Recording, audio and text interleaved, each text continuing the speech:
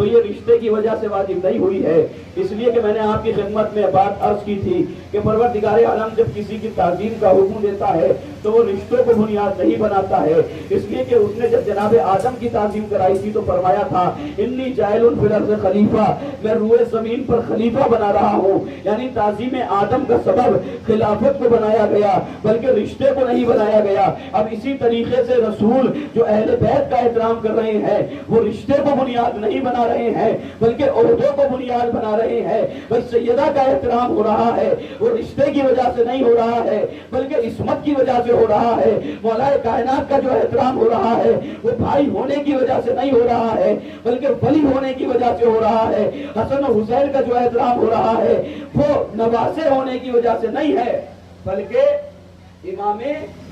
برحق ہونے کی وجہ سے ہو رہا ہے۔ دیکھیے دنیا کے رشتے ہیں لیکن رشتوں کی وجہ سے احترام نہیں ہے۔ اہل بیت جو قابل احترام ہیں وہ رشتوں کی وجہ سے نہیں ہے، اس لیے کہ دنیا کے اندر جتنے بھی رشتے ہیں وہ اہل بیت کی وجہ سے قابل احترام ہے۔ اس لیے کہ دنیا کا سب سے پہلا رشتہ جو وجود میں آیا وہ کون سا رشتہ ہے؟ وہ باپ اور بیٹے کا رشتہ نہیں ہے، وہ بھائی اور بہن کا رشتہ نہیں ہے، وہ باپ اور بیٹے کا رشتہ نہیں ہے، بلکہ دنیا کا جو سب سے پہلا رشتہ وجود میں آیا اس کی بنیاد بھی اللہ نے اہل بیت علیہ السلام کو رکھا ہے۔ اس لیے کہ دنیا کا سب سے پہلا رشتہ جو وجود میں آیا وہ زوجہ اور شوہر کا رشتہ ہے۔ دنیا کے جو سب سے پہلے شوہر بنے وہ جناب آدم ہے اور دنیا کی جو سب سے پہلی زوجہ بنی وہ جناب حوا ہے، لیکن اس کی بنیاد بھی اللہ نے اہل بیت کو قرار دیا، اس لیے کہ جب جناب آدم کا نکاح جناب حوا کے ساتھ کرایا جا رہا تھا تو پروردگار عالم نے کہا کہ اے آدم میں تمہارا نکاح حوا کے ساتھ کرا رہا ہوں، کہا پالنے والے کرا دے، کہا مہر میں کیا ادا کرو گے؟ کہا مہر میں میرے پاس دینے کے لیے کچھ نہیں ہے۔ کہا اگر تمہارے پاس مہر میں دینے کے لیے کچھ نہیں ہے تو تم اہل بیت کے اوپر صلوات پڑھو۔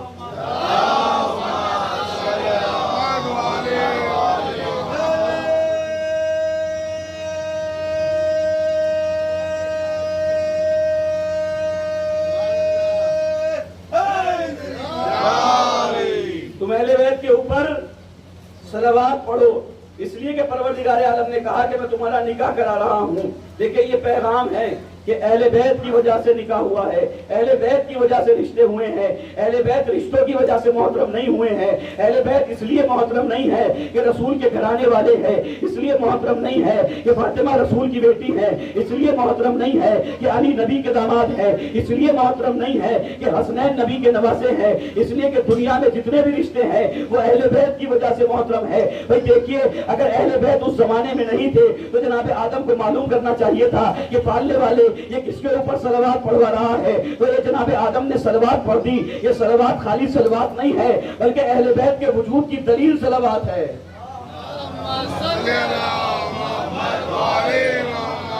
صلوات خالی صلوات نہیں ہے بلکہ اہل بیت کے وجود کی دلیل ہے۔ بھئی پروردگار عالم نے کہا کہ آدم میں تمہارا نکاح حوا کے ساتھ کرا رہا ہوں، کہ پالنے والے کرا دے، کہ مہر میں کیا ادا کرو گے؟ کہ مہر میں دینے کے لیے کچھ نہیں ہے، کہ اہل بیت کے اوپر صلوات پڑھ دو۔ بھئی دیکھیے نکاح ہوتا نہیں ہے جب تک مہر نہ ہو، جب تک مہر نہیں ہوتا تب تک نکاح نہیں ہوتا، اور جب تک نکاح نہیں ہوتا اولاد جائز نہیں ہوتی ہے، اولاد جائز نہیں ہوتی ہے۔ تو اس کا مطلب یہ ہے کہ یہ صلوات پڑھنا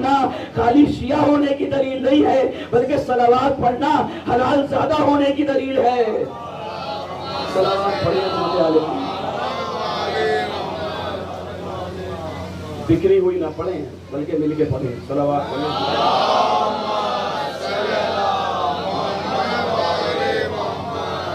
تو دیکھیے بندوں سے بندے کا رشتہ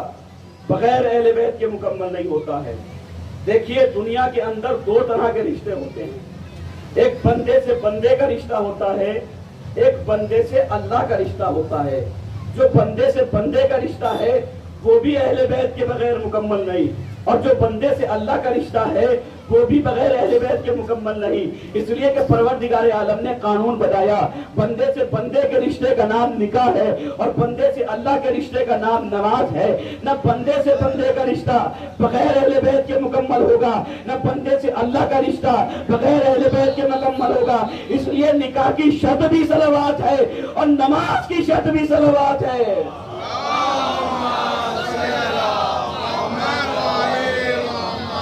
نکاح کی شرط کیا ہے اور نماز کی شرط بھائی صحیح سے رکھیے ذرا مجلس میں آپ صلوات پڑھیں تو کیا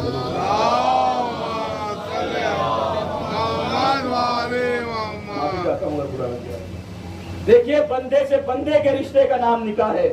کہ جس کی شرط صلوات ہے اور بندے سے اللہ کے رشتے کا نام نماز ہے جس کی شرط صلوات ہے اور دیکھیں یہ ہمارے یہاں نہیں ہے بلکہ امام شافعی نے لکھا کہ اگر نماز میں اہل بیت کے اوپر صلوات نہ پڑھی جائے تو نماز پڑھنا کام نہیں آتا ہے امام شافعی فرما رہے ہیں کہ اہل بیت کے اوپر اگر نماز میں صلوات نہ پڑھی جائے تو نماز پڑھنا کام نہیں آتا وہ امام شافعی پیغام دینا چاہتے ہیں کہ اگر اہل بیت کے اوپر نماز میں صلوات نہ پڑھی جائے تو نماز پڑھنا کام نہیں آتا ہے بھئی نماز میں کیا پڑھا جاتا ہے کہ نماز میں پڑھا جاتا ہے سورہ حمد نماز میں کیا پڑھا جاتا ہے کہ نماز میں پڑھا جاتا ہے سورہ کوثر نماز میں کیا پڑھا جاتا ہے کہ نماز میں پڑھا جاتا ہے سورہ توحید بھئی نماز میں کیا پڑھا جاتا ہے کہ نماز میں قرآن پڑھا جاتا ہے اور امام شافعی کہہ رہے ہیں کہ اگر اہل بیت کے اوپر صلوات نہ پڑھی جائے تو نماز پڑھنا کام نہیں آتا ہے نماز پڑھنا کام نہیں آتا ہے نماز نہیں ہوتی ہے امام شافعی کہہ رہے ہیں کہ اہل بیت کے اوپر صلوات کے بغیر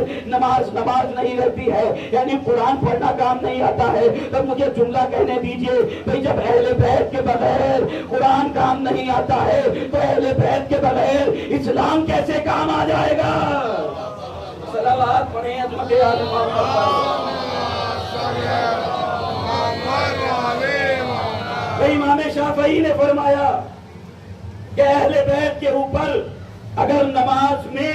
صلوات نہ پڑھی جائے تو نماز نہیں رہتی ہے نماز منہ پہ مار دی جاتی ہے بھئی نماز میں کیا ہوتا ہے کہ سورہ حمد ہوتا ہے نماز میں کیا ہوتا ہے کہ سورہ توحید ہوتا ہے امام شافعی کو تو یہ کہنا چاہیے بھئی دیکھیے نیت نماز کے اندر ہے سورہ حمد نماز کے اندر ہے قیام نماز کے اندر ہے رکوع نماز کے اندر ہے سجدہ نماز کے اندر ہے سلام نماز کے اندر ہے تشہد نماز کے اندر ہے اور امام شافعی کہہ رہے ہیں اگر صلوات نہیں ہے تو نماز منہ پہ مار دی جائے گی بھئی تمام چیزیں ہیں مگر صلوات ہی تو نہیں ہے امام شافعی کو یہ کہنا چاہیے تھا بھئی نماز تو ہے مگر نماز مکمل ہے بھئی نماز تو ہے مگر نماز نامکمل ہے بھئی امام شافعی نے فرمایا کہ دیکھو نماز نہیں رہتی ہے بلکہ نماز منہ پہ مار دی جاتی ہے بھئی امام شافعی پیغام دینا چاہتے ہیں کہ نیت جزو نماز ہے سورہ حمد جزو نماز ہے بھئی امام شافعی کہہ رہے ہیں کہ اگر اہل بیت پر صلوات نہیں ہے تو نماز کام نہیں آتی ہے یعنی امام شافعی پیغام دینا چاہتے ہیں کہ نیت جزو نماز کا نام ہے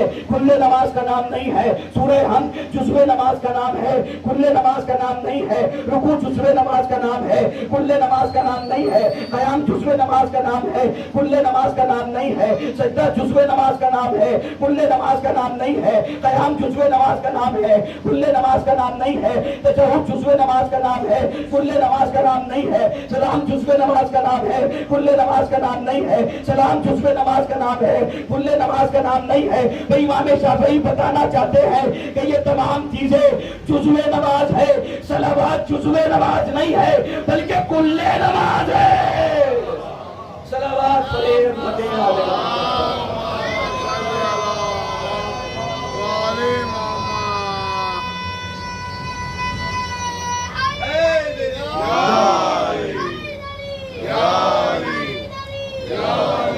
امام شافعی نے پیغام دیا کہ دیکھو نماز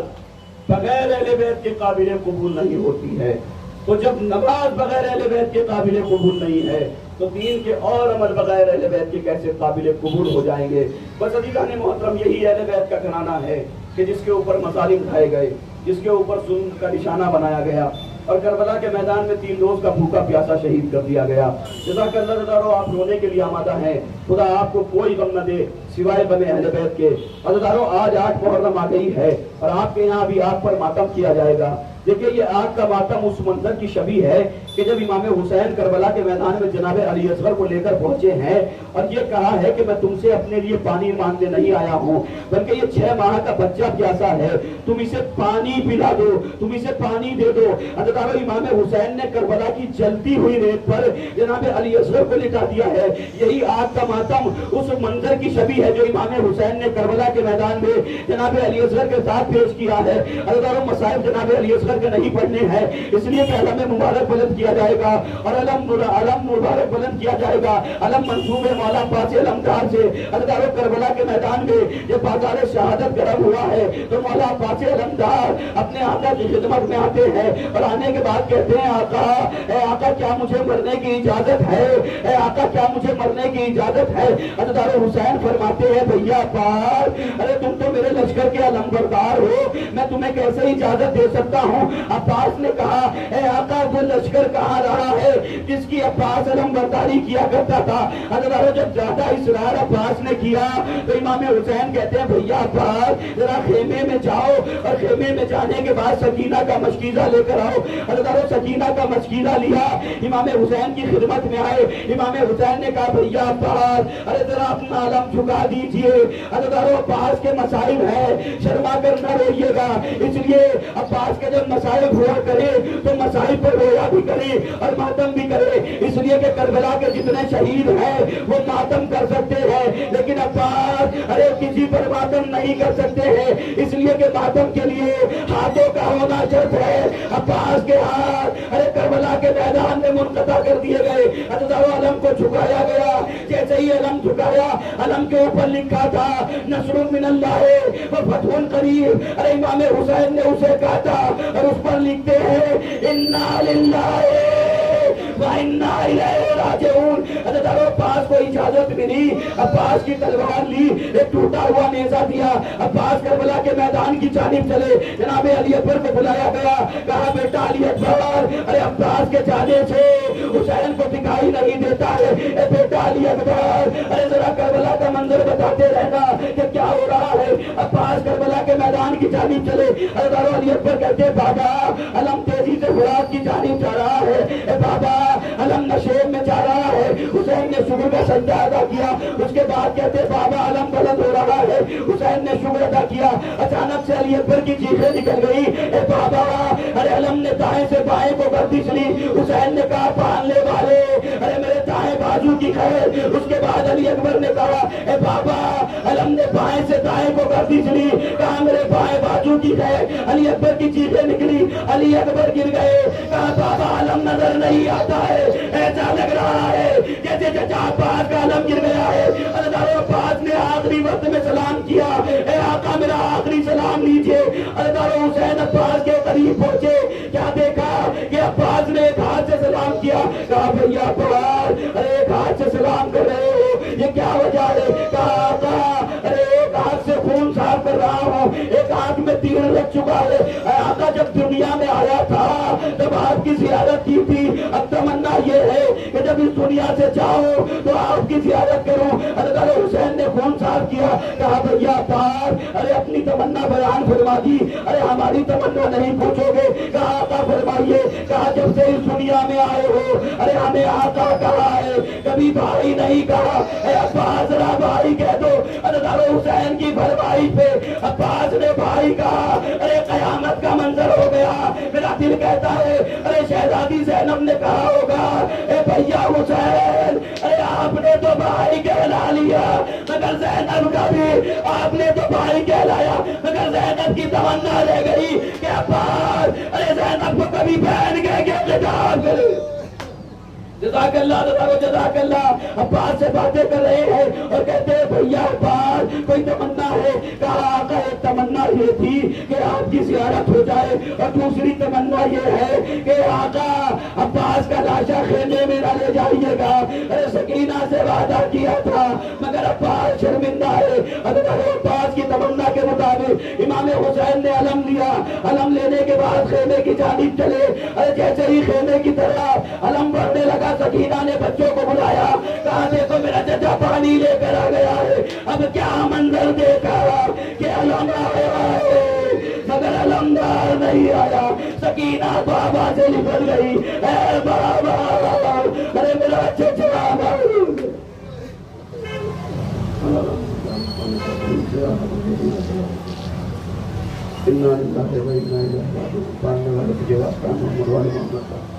جتنے حاضرین ہیں ان کی تمام کے لیے اور جائز مرادوں کو پورا فرما۔ پالنے والے تجھے واسطہ ہے محمد والے محمد کا، جتنے بیمار ہیں ان کو شفائے کاملہ عاجلہ عنایت فرما۔ پالنے والے کے واسطہ محمد والے محمد کا جہاں جہاں بھی ایشیاء نے حضر کر رہا ہے ان کی جان مال عزت آبرو کی حفاظت فرما. پالنے والے تجھے واسطہ ہے محمد والے محمد کا پرچم اسلام کو سربلندی عطا فرما. دشمنان اسلام کو نیست و نابود فرما. ہمارے وقت کے امام کے ظہور میں تعطیل فرما. ہم سب کو ان کے انصار میں شمار فرما. ربنا تقبل منا انک انت السمیع العلیم.